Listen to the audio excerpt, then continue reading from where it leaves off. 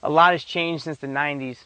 Gas costs about 3.5 times as much as it did in 1999, and automakers are scrambling to create fuel-efficient vehicles. But full-size SUVs are still big business, and GM pretty much owns the segment with its Chevrolet Tahoe and GMC Yukon. They're new this year, and a lot has changed. So, how do these new vehicles stack up against the previous bestsellers and adapt to the market realities of 2014? Hi, I'm Joel Fetter, and we'll take a look at this in our latest video road test of the 2015 GMC Yukon.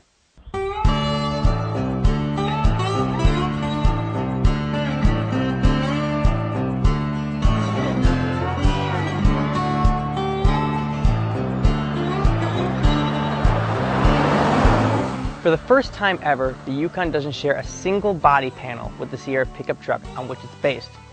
Now the look is finally updated, with most models getting projector headlamps. Despite this angular front end, GMC says it's actually much more aerodynamic than the previous model in an effort to get better fuel economy and a quieter cabin. The interior of the Yukon has been substantially upgraded. In fact, the term luxury is now fully being applied to some models. The look and feel of these components, they scream quality, and that's something we couldn't say about the previous Yukon. The Denali model even features real wood and burnished aluminum. The first and second row are comfortable and supportive, and the second row gains about 2 inches in legroom over the previous model. Now, a 60-40 split bench seat is standard, but these captain's chairs, they're a nice option. Now, the big news with the interior on the Yukon is the third row finally folds flat. There's no more hauling heavy seats out of the rear end when you don't want to use the third row. It's just too bad GM couldn't have integrated it better. They've made it fold flat by installing this cargo bin, which is great because you have extra cargo space. But unfortunately, that increases your liftover height because it increases your load floor. Not only that, but when you take this out, you don't have a fold flat third row anymore. Back here in the third row, it's the same old story. It's really the kids' zone. Adults could sit back here in a pinch for a short distance, but if you want any considerable room for cargo and adults back in the third row, you're going to want the Yukon XL. From dashboard to liftgate, the 2015 GMC Yukon is packed with more technology and features than ever before. There's up to 6 USB ports and 6 power outlets, including a 110-volt grounded outlet. Guys, 6 USB ports and 6 outlets. There's also this available rear seat entertainment system with Blu-ray capability, and a nifty conversation mirror so you can keep an eye on which kid is hitting who. We love this 8-inch GMC IntelliLink system with optional navigation, as it has nice large virtual buttons and it is super simple to use. We know what you're thinking, how much is this going to cost? Pricing starts from just over $46,000, and our nicely equipped tester has a price tag of $64,500. If you opt for the loaded up Denali, you'll be facing a sticker price of over $70,000.